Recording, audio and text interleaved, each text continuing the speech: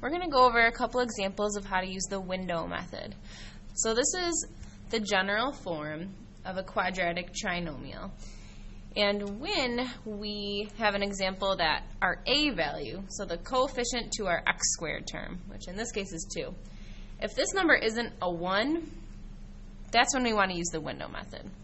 Of course, first we want to look and see if we can factor out anything from this trinomial, like look for a greatest common factor.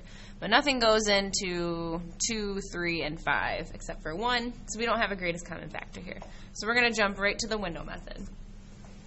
And here's what we do. So we're going to draw our little window here.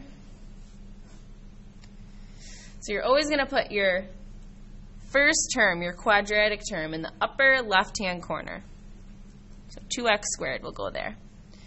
In the bottom right-hand corner is your constant, or your c value. So in this case, we have a -5. So we'll put that there. It's always how we start. Now what you want to do is multiply a times c. Again, I'm referring to the general form. So a times c is 2 times -5.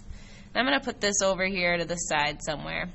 2 times -5 gives me -10. So I'm going to try to come up with two numbers that give me a product of -10. So two numbers that multiply to give me -10, but add to give me my b value, which is -3. So I'm going to brainstorm here. I'm going to write down some factors of -10. So I've got -10 times 1. I've got 10 times -1. If I try to add those up, though, -10 plus 1 gives me -9. I want -3. 10 plus -1 gives me 9. Again, I want -3. So neither of those work. So let's keep going here. So what about, I've got 5 and -2? Or -5 and +2? Do either of those work? Well, 5 plus -2 is indeed, well, that's 3. Okay, I'm close. -5 plus 2, that's going to give me -3. So this is my winner right there. -5 and 2 are my two numbers because they have a product of -10 and a sum of -3. Again, this -10 came from multiplying 2 times -5. Okay, so what do I do with those numbers? Those are going to go in my missing boxes. It doesn't matter which one goes in which box. So I'll put my -5 up here, and it's actually going to be -5x and 2x. Those are going to go like so. Again, they could be switched around. Next, I am going to look at each row of my window and each column. So in my first row, I want to try to pick out the greatest common factor between 2x squared and -5x. So what factors do those have in common? Well, 2 and 5 are both prime, so those don't have anything in common. But they do both have an x, and you always want to pick the lowest amount of x's. So they only have one x in common, so that's what I'm going to take out. That's what I'm going to factor out of these two terms. And then I look at my next row. So 2x and -5, what do those have in common? Well, 2x and 5, again, are both prime, so those only have a common factor of 1. And only this one has an x, so I can't take out an x unless they both have one. So the only factor that these two terms have in common is a 1. If they don't have anything in common, they can always have a 1 in common. Now, how do I determine the sign of the factors I pull out? Well, so when you're looking at the rows, whatever the sign of the first term in the row is, so like this term determines the sign of this x. Since this is positive, I took out a positive x. Since this term, the first in this row, is positive, I took out a positive 1. If this had been, let's say, a -2x squared, I would have taken out a -x here. So the first in the row is what determines the sign. Now let's look at the columns. So 2x squared and 2x. What is the greatest common factor between those two? Well, 2 is definitely a common factor, and they both have an x. So 2x. Now what determines the sign for the columns? It's always the top term of the column. So that's determines the sign. So this is a positive x squared. That's the top one. So I take out a positive 2x. Now in this row, my top term is negative. So when I take out my greatest common factor, it's going to be negative. The GCF between these two terms is a -5. And I'm almost done what I took out here, my greatest common factors, are going to turn into my factors. So this trinomial can be rewritten as x, the quantity x plus 1, it's plus 1 because it's positive, times the quantity 2x minus 5. And now I have factored it. And if I were to go through and FOIL this, I would end up with 2x squared minus 3x minus 5. So you can always check your work with that. Okay, next example. 4z squared plus 4z minus 15. Okay, again, I'm going to check for any common factors first. There's nothing I can take out here. These two both have a 4, but this one doesn't. So they've got to all three have something in order to take out a GCF. So I'm going to go straight to the window method because my A value, referring to this, is not 1. So I got to use the window method. Draw my window. Always put the first term in the upper left-hand corner, or my quadratic term goes there. My constant, which is negative 15, is going to go down here.